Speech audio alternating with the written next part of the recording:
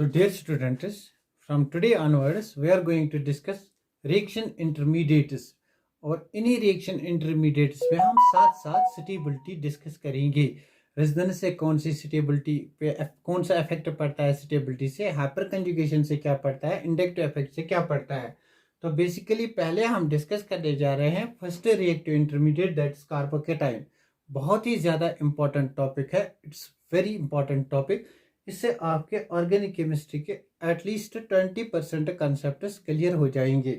तो कार्बोकेटाइन्स हम यहाँ पे पढ़ेंगे। कार्बोकेटाइन्स क्या होते हैं, कार्बोकेटाइन्स को हम क्लासिफाई कैसे करते हैं, कार्बोकेटाइन्स को हम जनरेट कैसे करते हैं, कार्बोकेटाइन्स की स्टेबिलिटी ऑर्डर हम डिस्कस करेंगे। और at last we will see carbocations अगर बनते हैं केमिस्ट्री में तो ये कौन सी रिएक्शंस में इन्वॉल्व होते हैं, मीन्स ये हमें कहाँ पे ऑर्गेनिक केमिस्ट्री में आगे आगे आने वाले क्लासों में मदद करेंगे। तो स्टार्ट करते हैं अपने टॉपिक को, कार्बोकेटाइन्स। तो आपको पता है कैटाइन जो होता है, कैटाइन हमारा जो होता है ये पॉजिटिवली चार्जेड स्पीशी होता है, positively charged species, positively charged species. Now what carbocation, carbocation जो होता है यही पॉजिटिव चार्ज होगी, वो कार्बो पे होगी, मतलब कार्बन पे होगी, carbon with positive charge. Carbon पे अगर पॉजिटिव चार्ज यही कैटाइन है तो इसको कार्बोकेटाइन कहते हैं। Carbocation, cation means positive charge, carbo means on carbon, carbocation. तो कार्बोकेटाइन क्या होता है, कार्बन पे पॉजिटिव चार्ज, कार्बन पे positive charge. Now will define them, define कैसे करेंगे। Carbocations are the reactive intermediates. Reactive intermediates मतलब जो भी रिएक्शन जब हम करते हैं उस रिएक्शन के बीच में जो स्टेप्स आते हैं, जो इंटरमीडिएट्स बनते हैं, शॉर्ट लिव्ड इंटरमीडिएट्स, उन्हीं को हम रिएक्टिव इंटरमीडिएट्स कहते हैं। Carbocations are the reactive intermediates in which carbon bears positive charge and 6 electrons. Basically ये 6 इलेक्ट्रॉन्स का कंसेप्ट भी आप मॉडिफाई हुआ है, लेकिन हमें लिखना ही है। These are organic reactive intermediates, These are organic reactive intermediates। आपको नोट्स भी ऐसे ही बनाने हैं जैसे मैं डिटेल डिस्कस करता हूं। Organic reactive intermediates in which carbon bears positive charge, मतलब जो कार्बन है हमारा उस पर पॉजिटिव चार्ज है, एंड 3 बॉन्ड्स मीन्स एक बॉन्ड में कितने इलेक्ट्रॉन्स होते हैं, 2। 3 बॉन्ड्स में कितने इलेक्ट्रॉन्स होते हैं, एक में 2, दूसरे में 2, तीसरे में 2, 6 इलेक्ट्रॉन्स और 6 इलेक्ट्रॉन्स। मतलब कार्बोकेटाइन वो ऑर्गेनिक इंटरमीडिएट है जिसमें हमारे कार्बन के पास पॉजिटिव चार्ज है और कितने बॉन्ड्स हैं, 3 बॉन्ड्स हैं। 3 bonds means 6 electrons, these are 2 electrons, these are 2। तो कार्बोकेटाइन के पास टोटल कितने इलेक्ट्रॉन्स हैं, 6। स्टेबल बनने के लिए कितने होने चाहिए थे, 8। तो यहाँ पे इलेक्ट्रॉन डेफिशिएंसी है, इसको इलेक्ट्रॉन्स की नीड है। तो कितने इलेक्ट्रॉन्स डेफिशिएंट है 2 इलेक्ट्रॉन्स। तो कोई भी स्पीशीज जो इलेक्ट्रॉन डेफिशिएंट होगी वो बहुत ज्यादा रिएक्ट होगी, क्योंकि उसको नीड है स्टेबल बनने की। जिस भी कंपाउंड को नीड होती है स्टेबल बनने की, वो इलेक्ट्रॉन्स को एक्सेप्ट करता है। नाउ सी कार्बोकेटाइन जो हमारे पास है, तो कार्बोकेटाइन के पास पॉजिटिव चार्ज एंड 6 इलेक्ट्रॉन्स।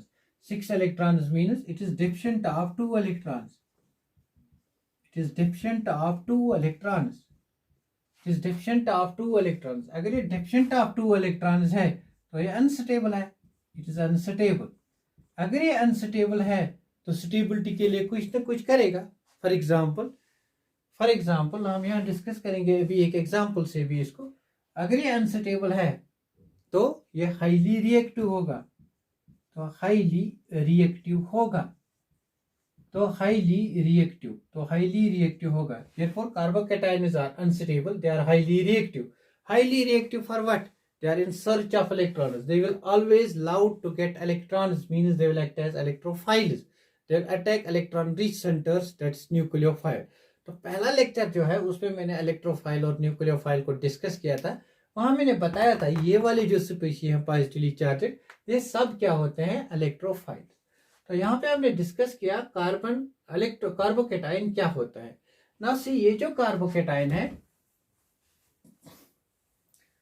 इन कार्बोकेटायंस को लेटेस्ट नॉमेनक्लेचर में कार्बेनियम आयंस कहते हैं। Carbenium ions, they are known as carbenium ions. Although आप बहुत सारी बुकों में ये भी फाइंड करोगे carbonium ions, carbonium ions, but this term is not now used, it is used for non-classical ones. Now what are classical and non-classical, we will discuss it just a little later. तो कार्बोकेटायंस का नाम जो है, IUPAC name जो है वो है carbenium ion. This is a carbenium ion, not carbonium ion. Although in books it is written as carbonium ion, but strictly by IUPAC it is now named as carbenium ion. They are named as carbenium ions. This was one more thing. Now let us discuss its structure and geometry and hybridization. Now this is our carbocation, carbon with 3 electrons and positive charge. तो यहाँ पे अगर देखेंगे carbon के पास हमारा जो कार्बन है उसका एटॉमिक नंबर 6 है। तो electronic configuration 1s2, 2s2, 2px, 2py, 2pz। तो यहां से अगर एक्साइटेड स्टेट इलेक्ट्रॉनिक कॉन्फ़िगरेशन लिखेंगे, this is the excited electronic configuration of carbon. ये मैंने दिखाया आपको हाइब्रिडाइजेशन में एक्साइटेड इलेक्ट्रॉनिक कॉन्फ़िगरेशन कैसे लिखते। तो जो कार्बोकेटायन है इसमें हमारा क्या हुआ, एक इलेक्ट्रॉन लॉस हुआ। फॉर एग्जांपल हमारे पास एक कंपाउंड था, इस कंपाउंड में ये बॉन्ड ब्रेक हुआ है। ब्रेक होने के बाद तभी यहाँ पे पॉजिटिव चार्ज आ गई, मीन जो एक ऑर्बिटल है उसने इलेक्ट्रॉन दिया है। तो कार्बन में हाइब्रिडाइजेशन ये होती है जिसपे 4 अनपेयर्ड इलेक्ट्रॉन्स है, हर एक अनपेयर्ड इलेक्ट्रॉन एक बॉन्ड बनाता है। तो यहाँ पे 4 बॉन्ड्स होने चाहिए, लेकिन यहाँ पे 3 ही बॉन्ड है, क्योंकि जो चौथा वाला बॉन्ड है वो टूट गया है, इसलिए यहाँ पे इलेक्ट्रॉन नहीं है। It is 2pz orbital, 2pz 0 orbital. तो कार्बोकेटायन में एक्चुअली क्या है, हमारे पास ये 2px ऑर्बिटल है, 2py है, this is mixing of 1 orbital, 2s 2px, 2s 2py। और जो 2pz ऑर्बिटल है वो एम्प्टी है, जो 2pz ऑर्बिटल है वो एम्प्टी है। This is 2pz orbital which is empty. Now one thing you have to remember, जो भी p ऑर्बिटल होता है उसके 2 लोब्स होते हैं। दो लोब्स आई मीन दैट अगर ये हमारा प्लेन है, इस प्लेन में हमारा ये p ऑर्बिटल है, इसमें एक लोब यहां से है अबो द प्लेन है, एक लोब बिलो द प्लेन है। तो जब भी इस कार्बोकेटायन पे अटैक होगा, अटैक मतलब जब भी ये इलेक्ट्रॉन्स को एक्सेप्ट करेगा, क्यों करेगा, बिकॉज ये इलेक्ट्रॉन डेफिशिएंट है। जब भी ये इलेक्ट्रॉन्स को एक्सेप्ट करेगा, या तो ये यहाँ से इलेक्ट्रॉन्स को एक्सेप्ट करेगा या तो ये यहाँ से इलेक्ट्रॉन्स को एक्सेप्ट करेगा। मतलब अगर ये हमारा कार्बन बेयरिंग पॉजिटिव चार्ज है तो इलेक्ट्रॉन्स या तो यहाँ से आएंगे बिलो द प्लेन या तो electrons above the plane attack करेंगे। Means there are 2 ways of attack on this carbocation. हमारा न्यूक्लियोफाइल जो भी इलेक्ट्रॉन रिच स्पीशीज होगा, जो यहाँ पे अटैक करेगा वो या तो यहाँ से ऊपर से आके अटैक करेगा या नीचे से आके अटैक करेगा। वो नीचे से ऊपर से मतलब क्या होता है, दैट इज स्टीरियोकेमिस्ट्री। वो भी हम डिस्कस करेंगे इसमें, वो स्टीरियोकेमिस्ट्री कैसे आएगी। आपको याद होगा जब मैंने ऑर्गेनिक पहला लेक्चर लिया था, मैंने कहा था जब हम किसी कंपाउंड को रिप्रेजेंट करते हैं तो अगर ये प्लेन है, ये हमारा रिप्रेजेंट करता है बॉन्ड अबव द प्लेन और ये रिप्रेजेंट करता है बॉन्ड बिलो द प्लेन। तो कहीं पे अगर यहाँ से अटैक हुआ है तो ऐसे हमें ये बॉन्ड बनाना है, अगर यहाँ से अटैक होगा तो बॉन्ड को ऐसे बनाना है।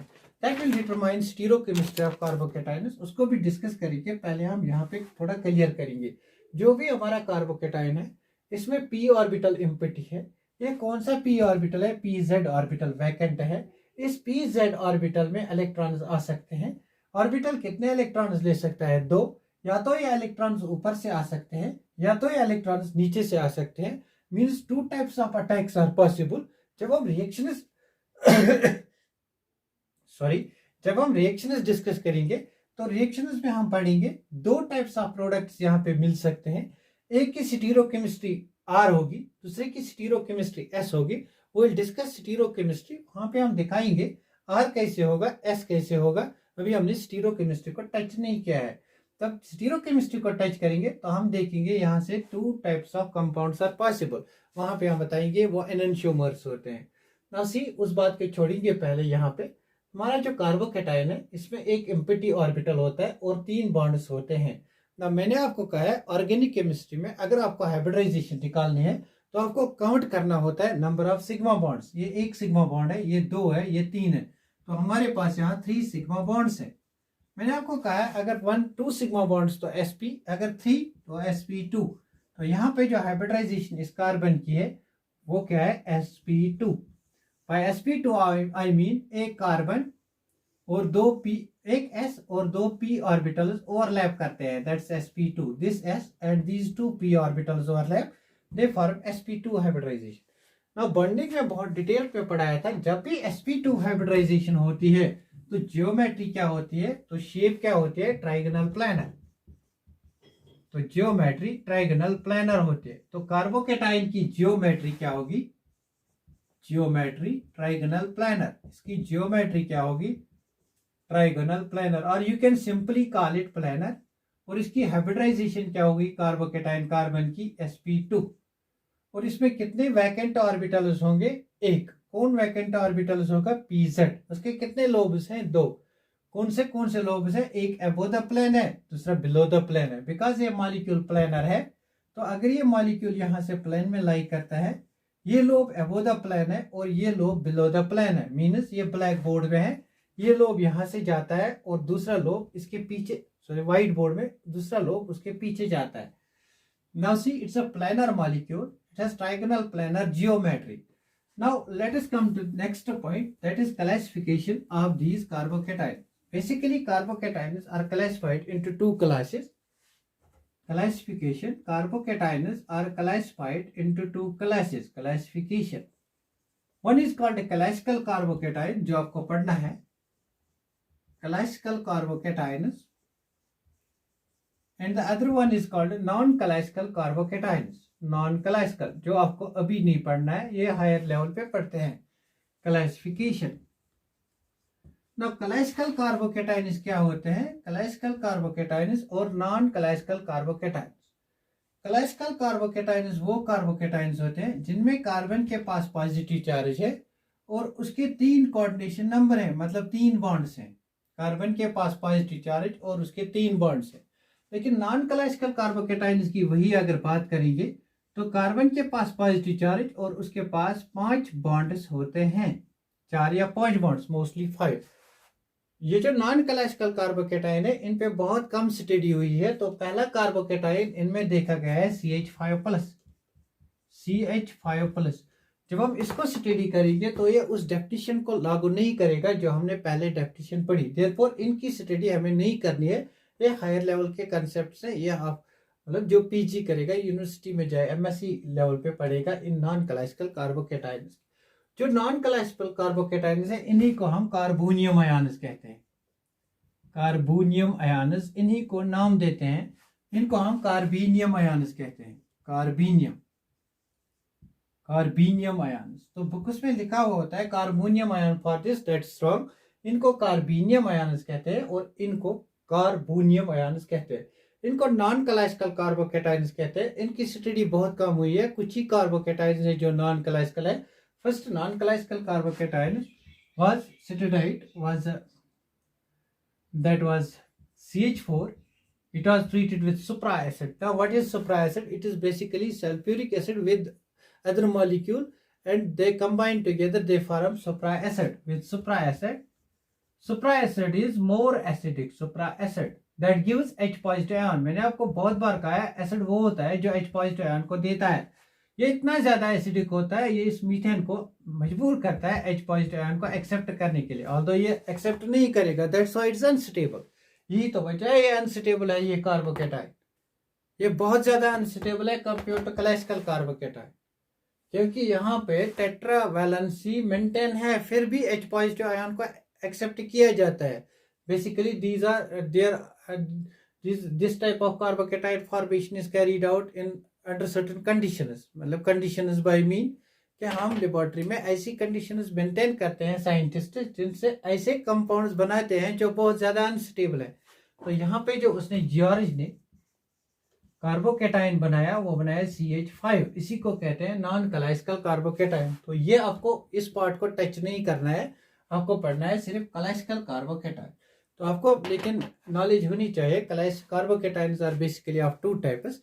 One is classical carbocation in which the coordination number of the carbon bearing positive charge is 3, and the other one is non-classical carbocation in which it is usually 4 or more than 4.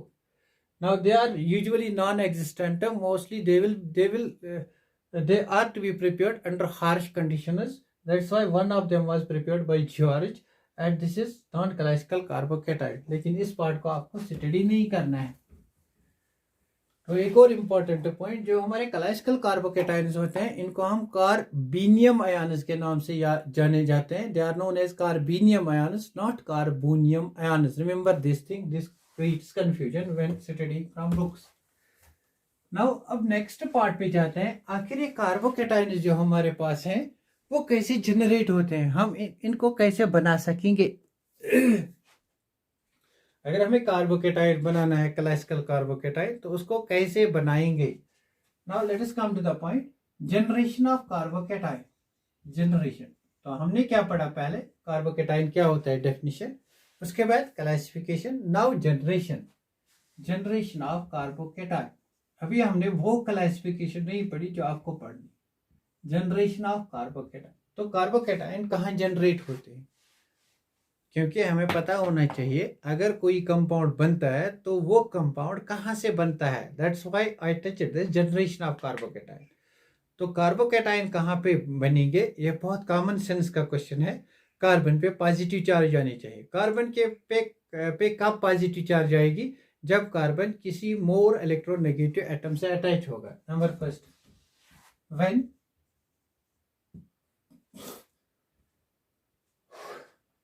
number first, generation of carbocation. Number first point is from cleavage of C-X bond. Cleavage of C-X bond. This X should be more electronegative. It should be more electronegative than carbon. आपको पता है जो भी more electronegative होता है वो electrons को accept करता है, इसलिए ये इस बॉन्ड के इलेक्ट्रॉन्स को एक्सेप्ट करेगा. अगर ये बॉन्ड टूटेगा, ये टुवर्ड्स हैलोजन टूटेगा, ये इलेक्ट्रॉन पेयर यहाँ जाएंगे, यहाँ पे पॉजिटिव चार्ज आएगी फ्रॉम C-X बॉन्ड. अगर C-X बॉन्ड को क्लीव कर रहे हैं by breaking C-X bond, by cleaving C-X bond, ये X लेकिन मोर इलेक्ट्रोनेगेटिव होना चाहिए देन कार्बन. फॉर एग्जांपल, आपके पास CH3Cl है, आपको पता है halogen is more electronegative than carbon. तो यहाँ पे अगर ये बॉन्ड टूटेगा, ये टूटेगा टुवर्ड्स क्लोरीन, मीन्स इस एटम ने इलेक्ट्रॉन्स दिए, इसने एक्सेप्ट किए, तो यहाँ पे कौन सी चार्ज आएगी, पॉजिटिव चार्ज, और वी हैव Cl माइनस. ना this is carbocation, this is carbocation. तो कार्बोकेटाइन को हमने जनरेट किया यहाँ पे कैसे, we generated carbocation by cleavage of C-X bond. Condition ये है, जो ये X है ये मोर इलेक्ट्रोनेगेटिव होना चाहिए, ये मोर इलेक्ट्रोनेगेटिव होना चाहिए. For example, we have CH3Br, halogen more electronegative, ये बॉन्ड ब्रेक हो जाएगा, we get CH3 positive plus Br negative, we get carbocation. Now number second is from ammonium salts. This was first by the cleavage of C-X bond, where X is more electronegative than carbon. Number second, from ammonium salts, from ammonium salts. Ammonium, this is ammonium salts. For example हमारे पास में compound है, for example CH3OH alcohol है.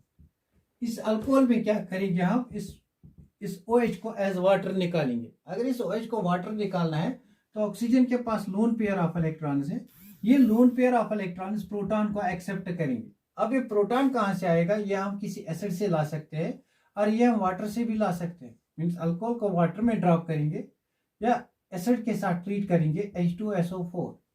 अगर acid के साथ treat करेंगे, ये accept करेगा प्रोटॉन को, तो यहाँ पे क्या बनेगा compound, CH3 single bond O, यहाँ पे H, यहाँ पे H, लोन पेयर ने अटैक किया, यहाँ पे पॉजिटिव चार्ज. नासी ऑक्सीजन पे पॉजिटिव चार्ज, मैंने आपका रेजोनेंस पे कहा था positive charge should be on more electronegative atom. यहाँ पे कौन सा ये ऑक्सीजन क्या है, मोर इलेक्ट्रोनेगेटिव एटम, उस पर नेगेटिव चार्ज होनी चाहिए sorry, negative charge should be on more electronegative atom. लेकिन यहाँ पे पॉजिटिव चार्ज है, इसलिए ये अनस्टेबल है, इसलिए ये ब्रेक हो जाएगा. अगर ये ब्रेक हो तो कार्बन के पास पॉजिटिव चार्ज आएगी. This is formation of carbocation, और यहाँ से वाटर निकला. बहुत ही इजी है ना. सिमिलरली अगर हमारे पास फॉर एग्जांपल CH3 NH2 है, ये जरूरी नहीं है CH3, यहाँ पे कोई भी ग्रुप लगा हुआ होगा। यहाँ पे इसको हम अगर H पॉजिटिव के साथ ट्रीट करेंगे तो क्या होगा, ये लोन पेयर अटैक करेगा। अगर इस लोन पेयर ने अटैक किया तो क्या बनेगा, CH3NH3। जब भी लोन पेयर अटैक करता है पॉजिटिव चार्ज, अब नाइट्रोजन पे पॉजिटिव चार्ज शोभा नहीं देती है, क्यों? Because nitrogen more electronegative atom है। इसलिए क्या होगा, नाइट्रोजन पॉजिटिव चार्ज नहीं नेगेटिव चार्ज को एक्सेप्ट करेगा, क्यों? बिकॉज ये मोर इलेक्ट्रोनेगेटिव है। तो यहाँ पे कार्बन के पास क्या आएगा, positive charge. This is how electrophile is, this is how carbocation is generated. Number third important point is, अगर हमारे पास थायोल ग्रुप है, ये अल्कोहल है, अगर यहीं पे SH होगा, फॉर एग्जांपल CH3SH, तो सल्फर के पास भी लोन पेयर ऑफ इलेक्ट्रॉन्स है। अगर ये H+ को अटैक करेगा तो यहाँ पे क्या बनेगा, CH3SH2। यहाँ पे भी सल्फर के पास पॉजिटिव चार्ज आएगी, वाई? बिकॉज लोन पेयर ने अटैक किया। अब सल्फर के पास पॉजिटिव चार्ज अच्छी नहीं लगती है सल्फर को, क्यों? क्योंकि ये इलेक्ट्रॉन रिच है, क्योंकि ये मोर इलेक्ट्रोनेगेटिव है, इसलिए ये इलेक्ट्रॉन्स को लव करेगा, इलेक्ट्रॉन्स को अपनी तरफ खींचेगा। तो यहाँ पे बनेगा CH3+। Now these are certain methods by which we can generate carbocation. एक और मेथड है, बहुत इंपॉर्टेंट है, डायज़ोनियम salts from, अगर ऐसा ग्रुप होगा number third R means for example CH3, this is N triple bond N। अगर कहीं पे भी N ट्रिपल बॉन्ड N होगा तो नाइट्रोजन कितने बॉन्ड बनाता है, 3। यहाँ पे कितने बॉन्ड है, 1 2 3 4, तो यहाँ पे पॉजिटिव चार्ज होगी। नाइट्रोजन नहीं चाहेगा उस पर पॉजिटिव चार्ज हो, क्योंकि नाइट्रोजन मोर इलेक्ट्रोनेगेटिव एटम है। तो क्या होगा, नाइट्रोजन यहाँ से इलेक्ट्रॉन्स को लेगा, N2 ग्रुप लॉस होगा। N2 ग्रुप बहुत ही स्टेबल ग्रुप है, नाइट्रोजन में ट्रिपल बॉन्ड है, देयरफॉर यहाँ भी कार्बोकेटाइन जनरेट होगा ना। दिस सो स्टूडेंट्स, हमने यहाँ पे पढ़ा आज कार्बोकेटाइन्स होते क्या हैं, हमें क्लासिकल और नॉन क्लासिकल कार्बोकेटाइन्स की डिफरेंस पता चल गई, और हमने यहाँ पे देखा हम कार्बोकेटाइन्स को आखिरकार जनरेट कैसे करते हैं। In the next lecture we will discuss ये जो कार्बोकेटाइन्स है इनको क्लासिफाई कैसे करते हैं, primary, secondary, tertiary, aryl, aliphatic, aromatic, और उसके बाद हम देखेंगे स्टेबिलिटी को चेक करेंगे on the basis of hyper conjugation, on the basis of inductive effect and on the basis of resonance और मेसोमेरिक इफेक्ट। तो नेक्स्ट लेक्चर तक वेट कीजिए। Thanks for watching.